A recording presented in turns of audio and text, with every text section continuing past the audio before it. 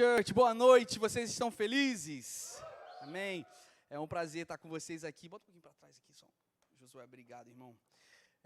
Pessoal, a gente hoje está, como todo domingo, feliz e com muita expectativa por aquilo que o Senhor vai fazer nesse lugar. Na verdade, deixa eu explicar, cada domingo é resultado de um cultivo. A gente não acredita que igreja se resume apenas um domingo à noite, mas ao fato de nós cultivarmos. Então, Deus está estabelecendo a cultura do seu reino aqui nesse lugar. E deixa eu te fazer um convite. Eu quero que você pense e ore em fazer parte de um movimento que vai fazer a diferença na Zona Sul do Rio de Janeiro, que vai fazer a diferença no bairro de Botafogo e que vai começar a fazer a diferença no seu coração. Essa é a proposta do Evangelho. Não espere mudança exterior sem primeiro receber a mudança que o Evangelho causa na nossa vida interior. Você pode dizer amém?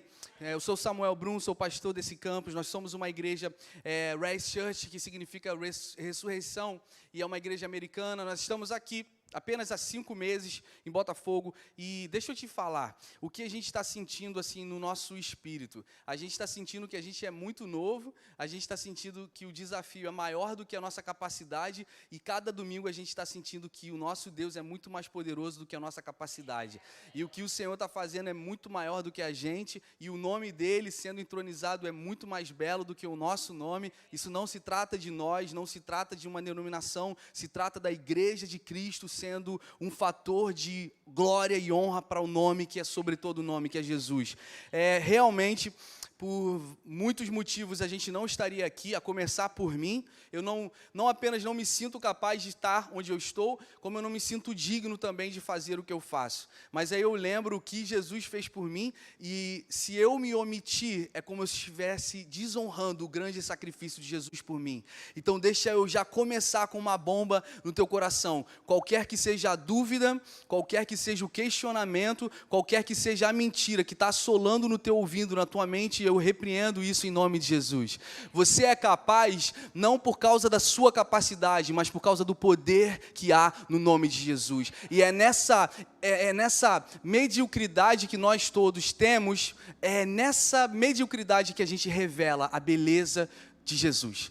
Tudo se trata sobre Ele receber a glória. Pessoal, então a gente fala aqui que a Rise Church existe para fazer com que pessoas, todos vocês, todos nós, conheçamos a Deus, encontremos liberdade, descubramos propósito e faça a diferença. Essa conjugação de verbo aqui que eu faço, a minha mãe ficaria orgulhosa, porque a Raquel ela não gosta muito. Mas o nosso intuito é de maneira muito simples convidar você a conhecer a Deus cada dia. Conhecer a Deus. Encontrar liberdade através de relacionamentos sadios, descobrir o seu propósito e assim fazer a diferença. E a gente não quer, a gente sonha, a gente intercede, a gente vai dar a nossa vida para fazer a diferença nesse bairro. Porque a igreja tem essa legitimidade por causa de Jesus. Então, somos uma igreja nova aqui, mas servimos um Deus eterno, servimos um Deus de grandes obras e estamos muito animados pelo que Ele tem feito, sabe? Cada dia mais temos visto o que Ele tem feito. Eu quero dizer que agora, todo domingo, bota isso aqui no teu calendário, todo domingo, a gente vai receber coletas de roupas, de brinquedos, de material de limpeza e de comida. Olha aqui, eu vou lançar um desafio, Rise Church, para você que é visitante, seja muito bem-vindo. Por favor, volte, faça desse lugar a tua casa, mas para você que é da Rise, você que faz parte dessa igreja, eu quero lançar um desafio. Até o final desse ano, a gente vai abençoar abundantemente 100 famílias carentes, até o final desse ano, não apenas com uma cesta básica, mas com uma cesta repleta de materiais de limpeza, com uma cesta repleta de comida, com uma cesta repleta de brinquedos bons e de roupas boas. Então, todo domingo, a gente vai gerar uma cultura de você trazer uma coisa que você possa doar. Não o resto, não dê o que você não usaria, dê algo bom. E a gente vai começar a montar kits de doações e a gente vai abençoar. A gente vai fazer isso por causa do Natal? De maneira nenhuma, a gente vai fazer isso sempre. Essa é a nossa cultura, beleza? Galera, mais um aviso, você que quer conhecer mais, como vocês ouviram o vídeo do anúncio, nós vamos começar uma nova turma da Grow Track, semana que vem. E nessa vez nós vamos fazer um formato diferente. Semana que vem também vamos ter um preletor de fora, um preletor especial. A gente vai divulgar nas redes sociais. É um amigo meu. Mas vai ser muito legal. E às 19h30, a gente almeja, às 19h30, terminar o culto de semana que vem. E a gente vai iniciar aqui o Grow Track, nesse auditório. O que vai acontecer? Semana que vem o culto vai ser encerrado. E o pessoal que fez inscrição para o Grow Track, ou seja, quer conhecer mais da igreja, quer engajar, quer servir, vocês vão permanecer aqui. E a gente vai ter mais ou menos, pessoal, sem brincadeira, aí uns 20 a 25 minutos com vocês aqui. É muito rápido. Mas eu quero que vocês que estão pensando, orem, façam parte disso. Grow Track, semana que vem. E a gente não podia começar a mensagem de hoje não dando um grande salve para a nossa time da Rise Kids, né, que está fazendo um trabalho espetacular lá fora. Então, pessoal, vamos dar um salve para essa... Cara, é sensacional a gente ver a igreja sendo igreja, sabe? A igreja se abrindo mão de um cobertor nesse friozinho de domingo, gostosinho. Aí quando você sentir, que eu tenho um irmão que eu conversei ali embaixo, ele falou assim, pastor, eu botei o despertador para tocar, mas sabe como é que é, né? Aí eu falei, isso é o demônio. Que você tem com uma vontade de acordar, e aquele realmente faz todo sentido, mas a gente somos carioca. A gente não nasceu para o frio. A gente abandonou Colorado porque a gente queria aqui umidade, ficar com fritz no cabelo. Ficar aqui perto da praia, perto do piscinão de Ramos. Pô, glória a Deus por isso. A gente não gosta. Quem gosta de dia nublado aí? Okay? Então, vocês não são parte da Res, mais anymore. Mas é gostoso demais o friozinho, ele é tentador. Mas obrigado por vocês estarem aqui. E eu queria pedir, principalmente aos todos vocês, mesmo que não tenham filhos, façam questão, vai ali, agradeçam a cada voluntário que está ali, chegou cedo pra caramba, arrumando o lugar, e está excelente, sabe, está muito legal, mas faça isso porque isso é um pilar cultural nosso, a gratidão. Seja grato pela galera que tocou, pela galera que está arrumando, a galera que está pegando peso, sempre agradeça, porque para tudo isso acontecer tem algumas pessoas se disponibilizando para isso, e isso é muito legal, isso faz a diferença. E a gente está fazendo isso porque Deus é merecedor. Então, um salve para a Rise Kids. Eu vou começar a nossa mensagem de hoje. A nossa mensagem é um tema isolado, não é parte da série. A gente acabou o Life Hack. Daqui a 2 semanas a gente começa uma nova série. E hoje eu queria compartilhar um pouco no meu coração, em cima de uma mensagem isolada. E eu espero que, sinceramente, espero que o Espírito Santo, quando a gente fala o Espírito Santo, é o próprio Deus. É a pessoa de Deus que habita em nós. Que esse Espírito Santo, ele convence o teu coração, porque ele é a pessoa que consegue convencer o teu coração, mais do que a meu poder de eloquência, mais do que uma estrutura, amém? Hoje eu vou falar, e para começar da mensagem de hoje, eu vou falar de uma história que eu achei engraçada. Então, quando eu terminar a história, faça o favor de rir, seja educado, mesmo que você não ache engraçado. É o seguinte, é a história de um policial e um fazendeiro. E o policial, ele recebeu uma denúncia, então ele foi averiguar ali numa fazenda o que poderia estar acontecendo. Ele chega lá e ele fala com o fazendeiro, hey, eu sou policial, aqui está meu distintivo, né? Eu quero aqui averiguar a sua propriedade. E o fazendeiro, eu vou fazer aqui o sotaque mineiro, né? Para dar mais realidade. E o fazendeiro falou assim, nossa, tá tranquilo, vem, pode tranquilo, ó. Se eu quiser um cafezinho, vou dar um café. Algum mineiro aqui? Fiz igual? Tranquilo. A retirada assim, por favor. Siga reto. Mas eu vou continuar, porque eu tenho autoconfiança. Nossa, você está livre aqui, ó, você vai, pode ir tranquilo, vou dar um cafezinho para o senhor. Misericórdia, fiz nada de errado não. Estou parecendo alguém estranho, estou gostando. Aí o policial, não, tranquilo, é isso que eu vou fazer mesmo, afinal eu sou policial. E ele vai averiguando e ele vai para uma direção da fazenda. E ao ver aquilo, o fazendeiro rapidamente fala, senhor, não vai aí não, aqui aí, ó, e aí é perigoso, você não pode ir para aí. E o policial prontamente, hey, o policial é carioca. Meu irmão, quem que tu pensa que tu tá falando? Sabe o que eu amo? Eu sou carioca e eu odeio o sotaque carioca pesadão, né? Mas é muito engraçado que lá nos Estados Unidos, lá fora, você conhece quem é brasileiro falando inglês. O sotaque, a pessoa fala inglês, mas você fala, é brasileira. Ela está falando inglês, você fala, é brasileiro. E o carioca, você fala, é brasileiro e carioca. Você consegue, é tipo assim, ó. I drink the juice was wonderful, very good. We drink too much, we're gonna go to Disney, spend very dollars, many dollars. Quando eu vi essas peças lá, mano, eu falei assim, Sabrina, vamos voltar. Ai, ai. Que nem o Caco Antibes está debaixo, eu tenho horror a pobre. Ele falava, né? Eu tinha horror a brasileiro em Orlando, que era aquela coisa bem farofeira. Eu falo mesmo, tô brincando, gente, é brincadeira, isso aqui eu só estou mostrando o meu lado obscuro. E aí ele fala, olha, você não pode ir para aí, e o carioca, né? Meu irmão, quem você acha que você é? Eu sou polícia. Você está vendo isso aqui? Isso é meu distintivo, meu irmão. Sabe o que eu faço? Eu faço o que eu quiser com esse distintivo. Quem é você para falar onde eu vou? Fica quietinho aí. Aí o fazendeiro insiste, mas senhor, é preciso de falar. Meu irmão, nem mais um pio. Beleza, acabou a história. Alguns minutos depois, se ouve um grande grito desesperado. Lá! E aí o fazendeiro... Eu senti um pouco de sarcasmo nesse riso aí, mas... E aí o que acontece é o seguinte, agora o policial está correndo desesperadamente e atrás desse policial tem um touro enfurecido querendo pegar o policial.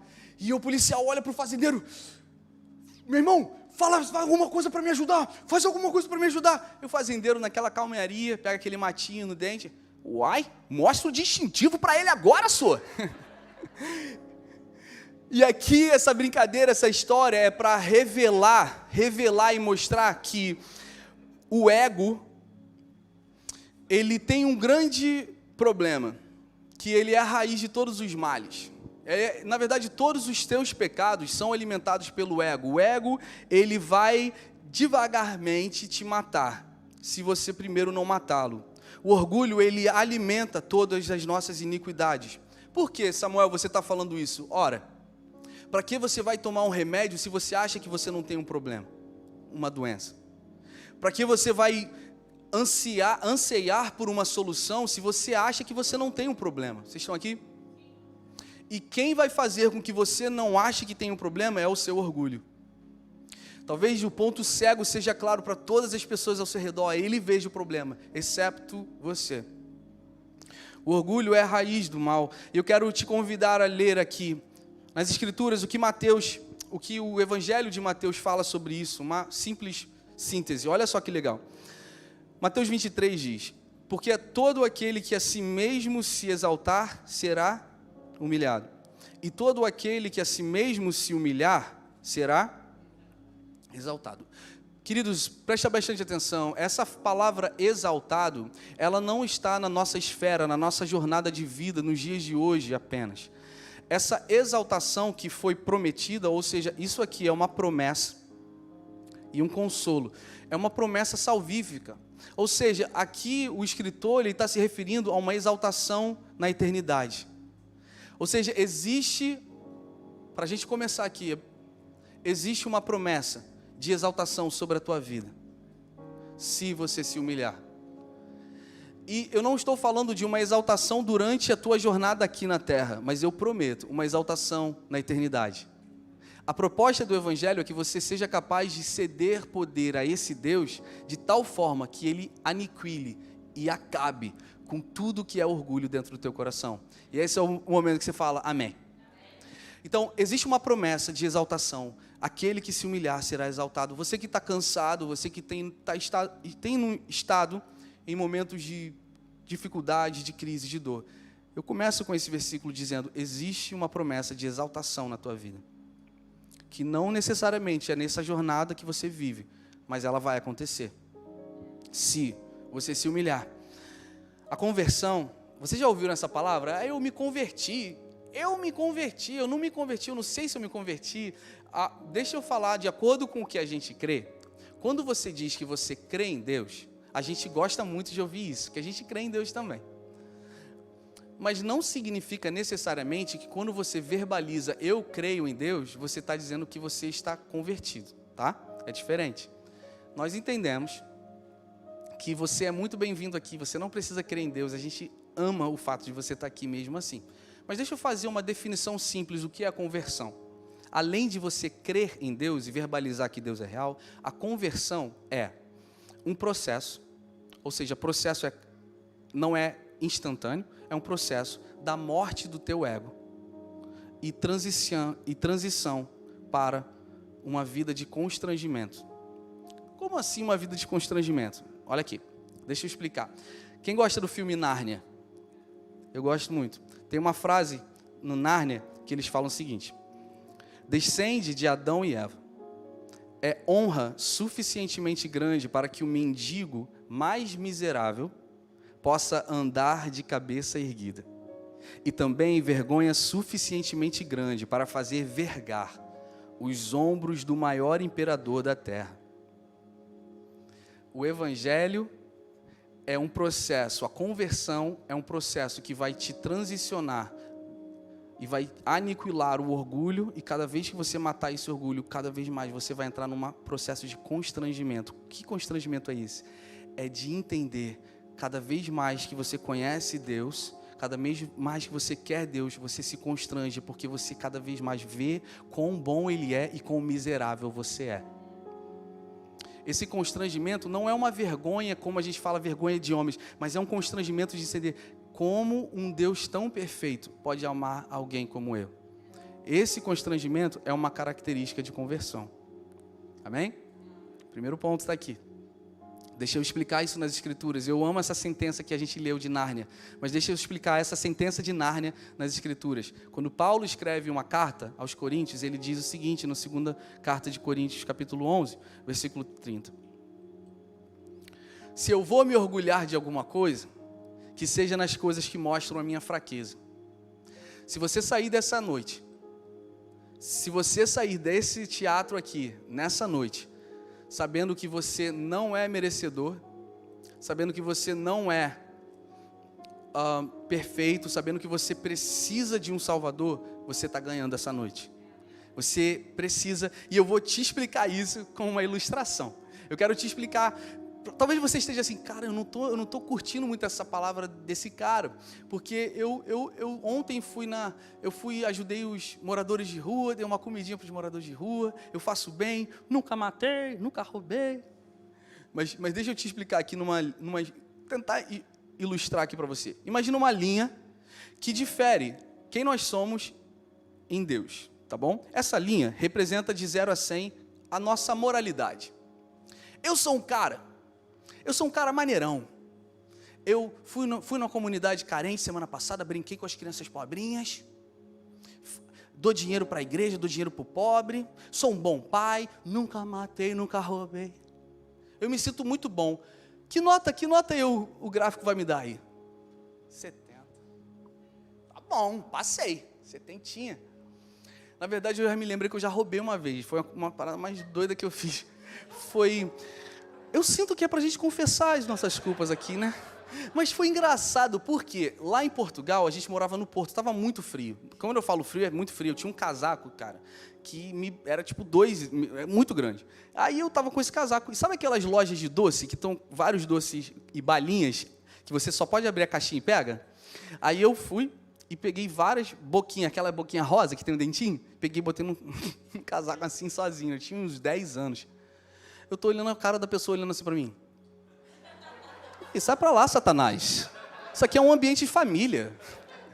Aí eu botei várias boquinhas no bolso. Cara, olha só que tragédia. Eu saí, felizão, né? Vou comer boquinha pra caramba hoje. Vou comer as docinhas todas. Aí o guarda veio atrás de mim. Eu estava com meu pai e com minha mãe. Eu tinha 10 anos. O guarda chamou. Cara, eu me lembro até hoje da cara da minha mãe.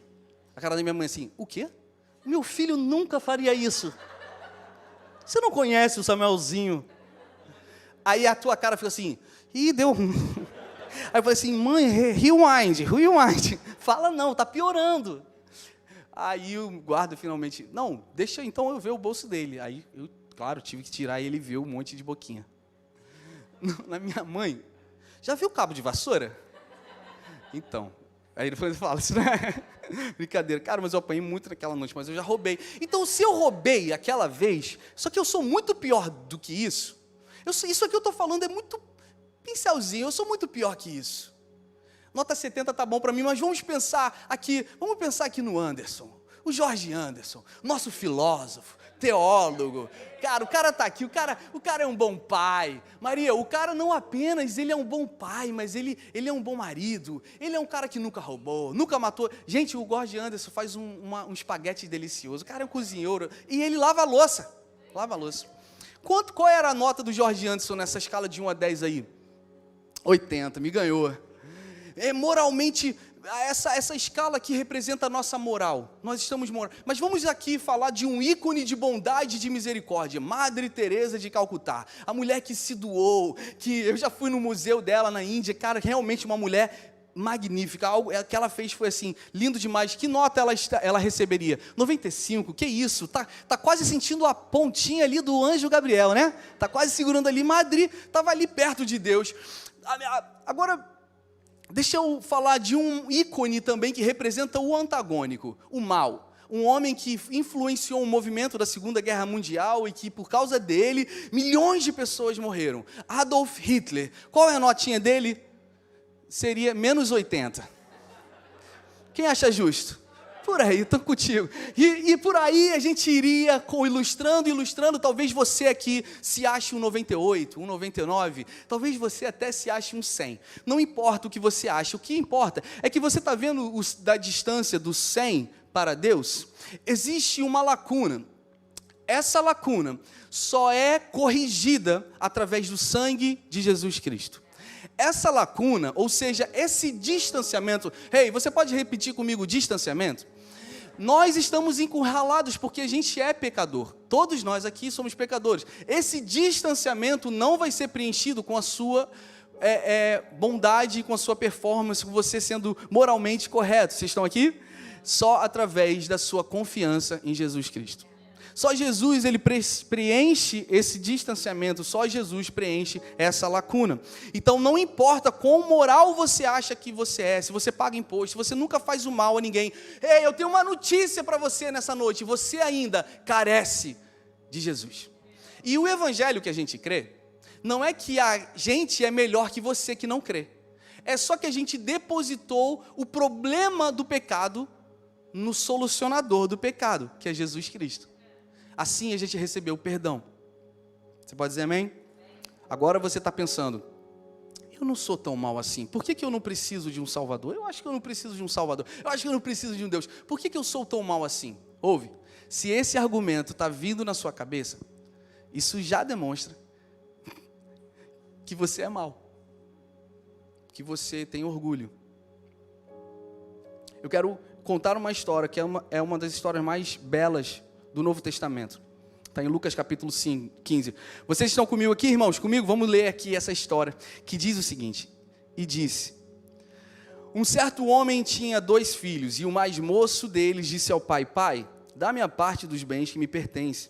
E ele repartiu por eles a fazenda. E poucos dias depois, o filho mais novo, ajuntando tudo, partiu para uma terra longínqua.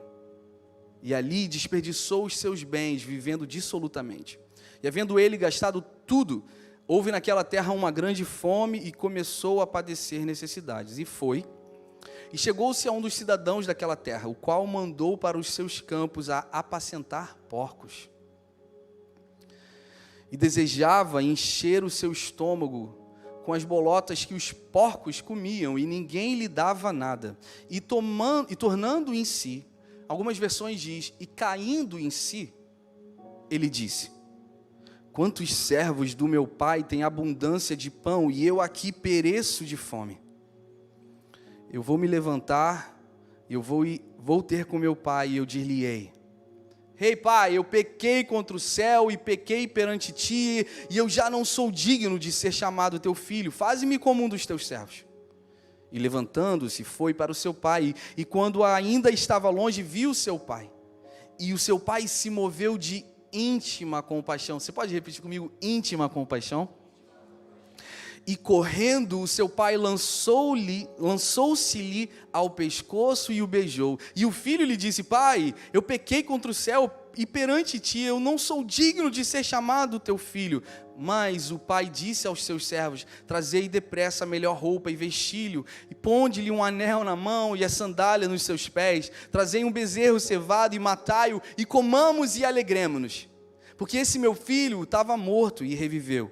Tinha se perdido e foi achado. E começaram então a alegrar-se. E o seu filho mais velho estava no campo. E quando veio e chegou perto de casa, ouviu a música e as danças. E chamando um dos servos, perguntou-lhe o que era aquilo. E ele disse: Veio o teu irmão e o teu pai matou o bezerro cevado porque o recebeu são e salvo. Mas o irmão mais velho se indignou e não queria entrar. E saindo o pai instava com ele. Mas respondendo ele disse ao pai: eis que eu te sirvo há tantos anos, sem nunca transgredir o teu mandamento, e nunca me deste um cabrito para alegrar-me com os meus amigos. Agora vindo, porém, este teu filho, que desperdiçou todos os teus bens com as meretrizes, mataste-lhe o bezerro cevado. E o pai respondeu: filho, tu sempre estás comigo e todas as minhas coisas são tuas, mas era justo alegrarmos-nos e folgarmos, porque esse teu irmão estava morto e reviveu, tinha se perdido e achou-se. Por que a gente chega cedo no teatro, a gente doa a nossa vida por Jesus? Sabe por quê? Porque a mensagem de Jesus é escandalosa. O amor de Jesus é escandaloso. A forma dele de amar é extravagante. O mínimo que a gente pode fazer é amá-lo de volta extravagantemente. O mínimo que a gente pode fazer é doar a nossa vida, tudo que temos, em resposta a esse amor de Deus. Sabe aquele gráfico que eu te mostrei, aquela linha? Sabe o que é legal? Sabe o que é interessante no Evangelho? Que a gente prega aqui, que a gente crê? É que tanto Madre Teresa de Calcutá, que tem uma nota 95, está perto do querubim, quanto o Adolf Hitler, que está sentadinho ali no enxofre já, não importa quão bom e quão ruim, a mesma graça que alcança um, alcança qualquer outro. O Evangelho nunca foi sobre quão merecedor você é, sempre foi quão bondoso o Pai é. É por isso que a gente vai morrer por esse Evangelho. É por isso que a gente dá a vida por essa causa. Porque ela não apenas mudou a nossa vida, ela mudou o nosso destino, mudou tudo em nós. A nossa forma de viver para Deus, não apenas, Deus me livre, está amarrado, eu creio em Deus. A conversão é isso, eu vou matar todo o velho homem que está em mim, para que cada vez eu me assemelhe mais a quem meu Deus é, porque se alguém morreu por você, foi Ele, então viva por Ele. Bem, vocês já ouviram essa história, uma parábola. O contexto é o seguinte: Jesus conta essa parábola, e Ele conta especificamente a fariseus, a líderes religiosos, e a ideia é que Ele aponte para os líderes religiosos quão hipócritas eles estão sendo. A ideia ali, o contexto é falar o seguinte: olha, vocês precisam entender que nós precisamos amar os que estão de fora, aqueles que estão perdidos, aqueles que estão... Vocês como irmãos mais velhos, vocês precisam amar. E os líderes religiosos nunca curtiram muito Jesus, tanto é que nesse tempo, após essas parábolas de Lucas capítulo 15, que Jesus fala muito sobre a urgência do pai com o perdido, esses líderes religiosos já estão começando a esquematizar um plano para tirar a vida de Jesus. Então vamos lá, eu vou falar de 4 personagens, eu vou começar com o filho mais novo. Você pode dizer, vamos embora? Então vamos lá, se lembra que eu falei no início que tem que matar o ego? Bem, eu tenho algumas colocações, muitas colocações, tem tanta coisa para extrair dessa história, mas eu vou falar algumas colocações só, apenas algumas. Se lembra que eu falei do ego, e se você não matar o ego vai te matar? Então vamos lá, imagina o seguinte... Galera, o contexto da época, o que o filho mais novo fez foi muito grave. Pedir uma herança a um pai vivo, sair de uma nação, abandonar a sua fé, o seu Deus, é algo muito grave. Então ele não foi um cara que fez um erro simples, ele foi uma pessoa que estava realmente com sua imagem muito desgastada.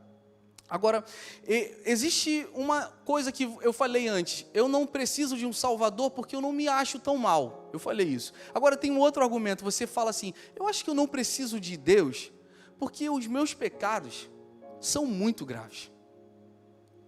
Primeira narrativa, cara, eu não preciso de um salvador porque eu acho que eu sou bom, eu não preciso. Segunda, é o outro extremo. Eu não posso ter um salvador porque os meus pecados são muito ruins, são muito graves. Essa narrativa cai por terra. Por quê? Porque o amor de Deus é mais poderoso que o nosso pecado. Aqui nesse lugar existem adúlteros, existem fofoqueiros, existem invejosos, existem pessoas orgulhosas, avarentas, existem pessoas com um passado ruim e ainda com um presente obscuro e ruim também. Mas eu quero dizer que também nesse lugar superabunda o poder e a graça, a misericórdia de Deus.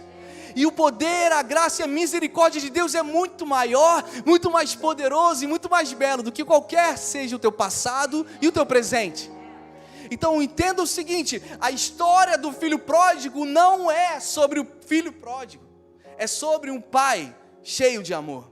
Mas vamos aqui, a primeira personagem então é o filho que desonra, ele vai embora, e aí ele cai em si, ele gasta todo o dinheiro, gasta tudo que ele tinha, mas a palavra diz que ele cai em si, e aí ele começa a bolar um plano, olha aqui, ó. Não, deixa eu te dizer o seguinte, se eu falar isso para o meu pai, ele não vai me apedrejar até a morte, mas apedrejar até a morte, ouve, texto fora do contexto morre, contexto da época, ele merecia ser apedrejado até a morte, de acordo com a lei judaica, aquele menino desonrou o pai absurdamente, ele merecia ser apedrejado até a morte, então ali ele está já lançando uma ideia, não, se eu chegar ao meu pai, cabeça baixa, vou me ajoelhar e falar, pai, eu pequei, eu não quero nem mais ser chamado de filho, me trata só como um empregado, vocês estão aqui? Essa colocação dele é defensiva, mas é estratégica e é correta.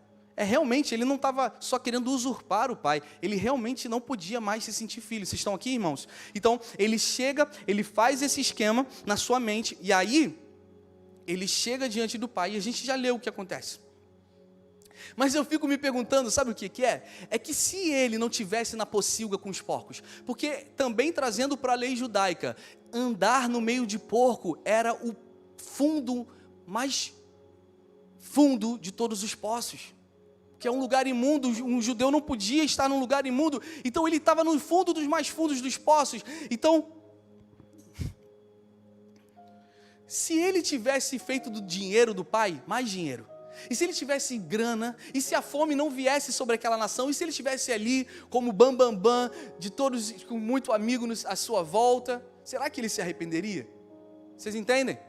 Porque muitos de nós precisamos sofrer, porque só pelo sofrimento que a gente vai clamar para Deus. Por que muitos de nós precisamos sentir a dor? Porque infelizmente é só pela dor que a gente se humilha. E nessa noite eu estou clamando para que vocês ouçam a voz do Espírito através da minha voz. Mate o orgulho antes que o orgulho te mate. Não que você precise experimentar um luto, não que você precise ser abandonado, você não precisa ser traído, você não precisa acordar numa pocilga, cheio de porcos e dizer, agora eu vou voltar para a casa do meu pai, porque ali pelo menos eu tinha pão. Vocês estão aqui? Mas se humilhem, mesmo que o cenário seja positivo, o Deus que habita no triunfo também é o Deus que habita no deserto. Os teus pecados não são graves, porque o amor de Deus é maior do que os seus pecados. Tem uma outra afirmação. Eu não posso ter um Salvador porque eu não consigo mudar. Eu não consigo mudar. Bem, isso também tem que cair por terra. Porque realmente você não consegue mudar. Mas pela força do Espírito Santo, que eu falei que é uma pessoa, é a pessoa de Deus. Quando você diz, eu quero o Senhor, esse Espírito Santo, ou seja, esse poder, vai te ajudar a mudar, como você naturalmente não conseguiria. Você consegue. Mas a mensagem do Evangelho não é sobre a sua salvação após mudança. A mensagem do Evangelho é sobre a sua mudança após a salvação. A Bíblia fala, vem como você está. Não tente ter um cenário perfeito para você se entregar a Deus. Venha como você está e o processo de conversão irá acontecer. Então quem você é nessa noite? Qual é o argumento que você está usando? Por que você está procrastinando? E eu estou dizendo, não espere um cenário perfeito. Mas eu já me magoei com a igreja. Eu já me entristeci com a igreja. Deixa eu te falar, não tem como você crer em Deus cabeça e não ser o corpo. Não desista. Mas eu estou em pecado, eu tenho vícios, pastor. Se eu contar para você o que eu fiz ontem à noite, eu vou te dizer, existe alguma fala aqui que o pai se chocou com o estado do filho? Deus não está chocado com o teu pecado, porque Ele sabe que o amor dele é maior que o teu pecado. É por isso que muita gente não faz Grow Track aqui. A gente vai começar a Grow Track semana que vem. Não tô precisando arrumar umas coisas na minha vida. Para de procrastinar em nome de Jesus. Não deixa você acordar num lugar que você vai cair em si, você vai ver, agora eu preciso, eu estou desesperado. Não, procure agora, conecte agora, vamos fazer diferença, vamos levantar um movimento revolucionário na Zona Sul de Botafogo. Como é que a gente vai fazer? Eu não sei, a gente vai amar Jesus com todo o nosso coração, com toda a nossa força, com todo o nosso entendimento. Deus vai dar graça. A pessoa mais importante é a pessoa do Espírito Santo. Se Ele estiver reinando nesse lugar, Ele vai tocar os corações. A gente só é um instrumento. O peso não pode estar sobre os nossos ombros, Race Church. A gente só se dedicou a viver por Ele, para a glória dEle. Deixa que Ele vai fazer o que só Ele pode fazer. Então, a segunda personagem. O primeiro personagem, o filho mais novo, ouviu do pai: volta para casa. Então, se você está aqui nessa noite, você está afastado, você se sente longe, você sente que os teus pecados são o que definem a tua identidade, eu, como um homem de Deus, nessa noite, eu quero te dizer: é hora de voltar para casa. É hora de você abrir mão do orgulho, abrir mão da sua reputação e conectar com aquele que te criou e pagou um preço para que você pudesse ter vida com Ele. Sabe aquele gráfico? Aquela linha, talvez você seja número 20, talvez você seja o número menos 5, não importa. O que importa é que a graça de Deus vai te alcançar. O segundo personagem é o personagem religioso, é o cara que não se alegra, ele não se anima com a volta do irmão, pelo contrário, ele tem uma crise de ira, uma crise de ciúme, e isso não representa o pai. A sua resposta, você vai fazer uma análise de texto. Você vai entender que ali ele se define como um escravo e não como filho. Porque a primeira resposta dele é falar o seguinte: olha, eu tenho trabalhado fielmente ao Senhor. Mas, a proposta aqui não é que você seja um escravo. A proposta é que você seja o meu filho. Você está confundindo, você está colocando a bandeira da religiosidade acima da intimidade. Isso é um problema, isso é um câncer. E outro desdenho que ele faz, análise de texto também, ele fala assim: você viu esse teu filho, ou seja, um desprezo, né? Ele não fala, você viu o meu irmão, você viu o meu irmão, ele fala, você viu esse teu filho, você deu a ele o melhor. Existem tantas características aqui, mas eu quero dizer que o filho que fica erra tanto quanto o filho que vai embora. Isso é claro. E ele está tão distante com o pai, quanto o filho que foi embora, fisicamente saiu. Sabe, o filho mais novo desonra o pai com o pecado da carnalidade. E o filho mais velho desonra o pai com o pecado da religiosidade. E existem alguns sintomas de que você pode ser o filho mais velho nessa história. E eu oro para que, em nome de Jesus, a Rise Church não vai ser esse filho mais velho. A gente vai amar tanto o nosso irmão que vai desonrar o pai, que a gente não vai ficar na casa, porque a gente vai atrás dele. Isso é a igreja. Não se trata. Porque se a gente estiver mesmo perto do pai, a gente vai chorar quando o pai chora. E a gente vai se alegrar com o que o pai se alegra. Você pode dizer amém, pessoal? Então, eu vou passar rápido aqui, mas eu quero depois explorar melhor com você os sintomas do narcisismo, os sintomas do filho, o filho mais velho. E analisar até que ponto você tem sintoma. E eu vou falar um pouco sobre isso, talvez a gente faça uma live, mas tipo assim, você tem se alegrado com as pessoas quando elas voltam? Você tem se sentido... Quer ver uma coisa? Você se sente superior a pessoas que não vão à igreja? Isso é um sintoma. Isso é uma síndrome do irmão mais velho. Isso é religiosidade. Ninguém é melhor do que ninguém, mesmo que você seja fiel ao Senhor. Agora eu vou falar do terceiro personagem. O filho mais velho, por causa da religiosidade dele, ele se desvia da grande oportunidade de fazer a missão do pai. O terceiro personagem, quem é? É o pai. E o pai, a história não é para falar quão degradante o filho mais novo é, não é para falar quão pecador o filho mais novo é, quão idiota os dois filhos são, mas a mensagem é para falar quão poderoso o pai é, o amor do pai. E eu vou te dar alguns sinais que caracterizam esse amor. Sabe qual é? Primeiro, ele está em prontidão. De acordo com as escrituras, você percebe que o pai não está assistindo Netflix em casa, esperando a campainha tocar. O pai está assim, na varanda de casa. Cadê ele? Cadê ele? Existe um senso de urgência, de visualizar o filho voltando.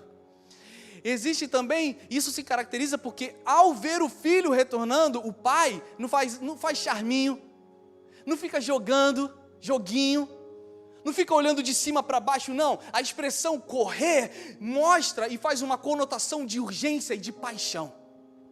Se você quer ser como o teu pai você vai ter que começar a responder por aquilo que ele clama e ele está queimando no coração dele. Amém? Então, o correr significa uma intensidade, ele corre para encontrar o filho. E aí, olha só como o evangelho é escandaloso. O amor de Deus é escandaloso. O cara mais sujo daquela cidade, o cara mais sujo daquela nação, o pai não apenas o avista, corre, ele abraça, ele dá um beijo. Deixa eu te dizer uma coisa.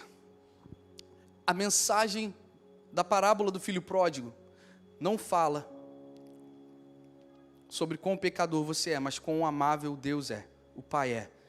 O beijo significa empoderamento, significa um selo. Esse menino que está sujo, que está fedendo, não apenas fisicamente, mas espiritualmente, o pai chama e pede, me dá um anel. E o anel significa, eu vou restaurar a tua identidade. E depois ele pede uma veste nova. E a veste nova significa, eu vou restaurar e vou reparar a tua... Ai, meu Deus, falhou aqui. As sandálias significam, eu vou restaurar a missão que você perdeu, eu vou restaurar essa missão.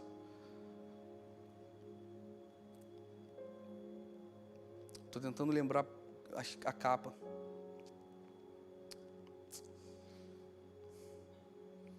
Enfim, desculpa pessoal, não estou conseguindo lembrar, porque o meu documento aqui não atualizou.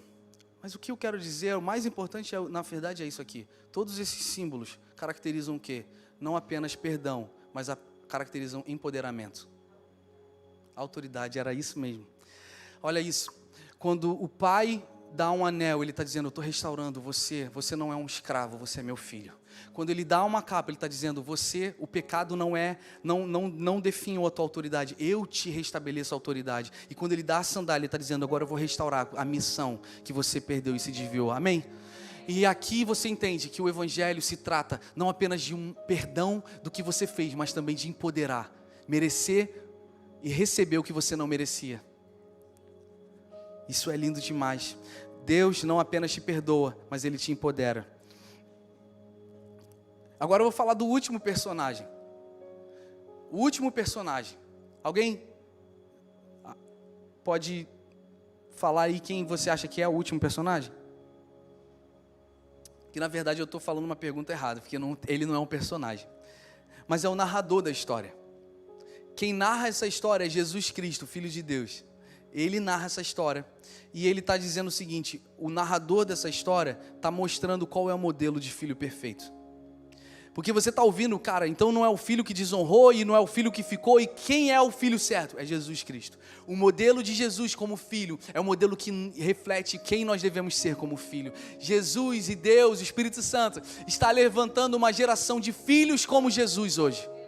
E a gente precisa fazer parte disso, e talvez a mensagem mais importante está agora nesse final. Eu quero dizer o seguinte, que a parábola do filho pródigo, ela caracteriza empoderamento. Não apenas aceitação de perdão, mas empoderamento. Ou seja, ele está dizendo com isso, se eu te perdoei, eu também te empoderei. Agora, o que você está fazendo com aquilo que eu te empoderei? Então, brother, irmão, querido, querida, preste muita atenção. Em nome de Jesus você foi perdoado, mas você também foi empoderado. O que você tem feito com tudo que Deus tem restaurado na tua vida? João 3,16 é a base de um pai bondoso e um filho obediente, porque diz o seguinte, o evangelho diz, porque Deus, Ele amou o mundo, Ele amou você de tal maneira que Ele concedeu o seu único filho para que nós não morrêssemos, mas nós tivéssemos a vida eterna. Ei, vocês estão aí, Rest Church, você pode dizer amém por isso? Essa é a mensagem que nós cremos. Jesus não apenas te perdoou, mas Ele também está te empoderando. Ouve, Ele podia falar assim, cara, olha o que você fez, você tem que ser rebaixado, você vai viver na casinha com o cachorro, você vai viver ali na casinha com os escravos, pelo menos eu não vou te apedrejar até a morte. Não é essa a mensagem do Evangelho. A mensagem do Evangelho é escandalosa, é assim, olha, eu não apenas te aceito, mas como eu vou fazer de você o meu filho novamente. Isso é lindo. Que se levante então uma geração nesse lugar de filhos como Jesus. Não como religioso e não como aquele que saiu, mas como Jesus. Deixa eu te falar que filho é esse. Vocês estão preparados para ouvir isso? Eu queria que você prestasse muita atenção. O filho que conta a história é um modelo perfeito. Se você puder, feche os seus olhos. E eu não sei se você crê em Deus, mas eu quero, ao ler isso, eu quero orar para que isso penetre no teu coração. Você saia daqui, eu quero ser esse filho. O filho que conta a história é um modelo perfeito. Ele não abandona seu pai, ele não desonra seu pai, mas o seu coração chorava por aquilo que o pai chorava. Pulsava com urgência em remediar todos os que estavam encurralados pelo orgulho. Jesus não se esconde na divindade dos céus, mas ele se expõe, se fazendo carne por nós. Jesus responde obedientemente à missão do Pai. Se sacrifica por seus irmãos perdidos. Jesus, como modelo de filho, abandona sua casa para nos conceder uma casa, uma morada eterna. E Ele não apenas nos deu um lar, como também nos fez seu lar. Você pode abrir os olhos. Nessa noite existe uma chamada para você. É hora de voltar para casa. Se você acha que os seus pecados são brutais, olha para mim. E acredita no que eu estou falando. O amor de Deus é muito mais brutal, muito mais escandaloso, e Ele restaura todas as coisas. E existe uma voz dizendo para você: volta para casa. Se você está na outra posição de religioso, que se acostumou com a vida da igreja e perdeu a compaixão com aqueles que são diferentes, também existe uma chamada para você voltar para casa. Porque você pode estar na casa, mas ainda assim está distante do Pai. Volta para casa. Samuel, o que é voltar para casa se eu já estou na casa? Deixa o teu coração queimar por coisas que você não está queimando mais. Deixa o teu coração queimar pela presença de Deus. Jejum, oração, leitura da palavra e pessoas que estão longe da presença de Deus. Sirva. Isso é o teu coração queimando. E eu vou contar a história para terminar, muito popular, de muitos pregadores, que eu quero que sintetize o que eu estou querendo dizer assim. Um tempo do faroeste. Vocês já devem ter ouvido essa história. Muito boa. Mas no tempo do faroeste, um cara cometeu um crime e ele foi condenado. Então ele agora foi condenado à pena de morte. Mas os cidadãos daquele lugar tiveram pena daquele criminoso e apelaram ao governador para que soltasse e perdoasse esse criminoso. E eles fizeram ali um apelo. E o governador aceita. Então o governador ele faz uma carta de perdão a esse criminoso. E ele vai até ao cárcere, ele vai até aquela prisão, mas ele não vai como governador, ele se veste de pastor. E ele carrega uma Bíblia, e dentro da Bíblia tem essa carta de perdão. Vocês estão aqui? Então esse é um governador disfarçado de pastor, com uma carta de perdão dentro da Bíblia. E ele chega no cárcere e vai falar com o criminoso: olha, eu quero falar com você, eu tenho uma boa notícia para você, eu tenho que te falar algo. E o criminoso agressivamente expulsa aquele governador: eu não quero nada com você, nada que você vai falar vai mudar minha vida, sai daqui, cospe, chuta e xinga aquele governador disfarçado de pastor. O pastor, na verdade, o governador tenta mais uma vez: não, você precisa ouvir isso, o que eu tenho para você, você quer isso. E ele mais uma vez repudia aquele governador, e finalmente o governador desiste e vai embora. E ao ir embora, o carcereiro se volta para aquele criminoso e fala assim: cara, você é muito burro. Você acabou de perder a maior oportunidade da sua vida. E ele fala: por quê? Porque ele não era um pastor, ele era o governador, ele estava disfarçado de pastor, e dentro daquela Bíblia tinha uma carta de perdão. Você seria liberto hoje mesmo. Chega o dia da morte, que ele vai ser enforcado, o criminoso chega, e ele tem direito a algumas palavras, e ele diz o seguinte: eu vou morrer, daqui a pouco eu vou morrer, mas eu não vou morrer hoje por causa do crime que eu cometi. Eu vou morrer hoje por causa do perdão que eu recusei. Você precisa entender que a volta para casa é a voz do Pai te chamando todos os dias. Esse é o teu destino. Volta para casa. Para de olhar para a esquerda. Para de olhar para a direita. Para de olhar para trás. O seu lugar é com o Pai. Ninguém vai para o inferno por causa do pecado que cometeu, mas por causa do perdão, da graça que recusou. Hoje nós oramos para que o teu coração incendeie e responda ao apelo de voltar para casa. E aí você pode pensar: ah, pastor, mas aí é muito fácil, então é só falar que Deus é real e reconhecer que você é pecador. Não, porque a graça não é de graça. Desculpa, a graça não é barata. A graça é de graça, mas não é barata, porque foi pago pelo alto preço do sangue de Jesus, um Deus perfeito. Existe uma voz te chamando hoje: hey, é tempo de voltar para casa. Não, mas eu já participo da Rise Church, eu já faço. Então, é tempo de voltar para casa.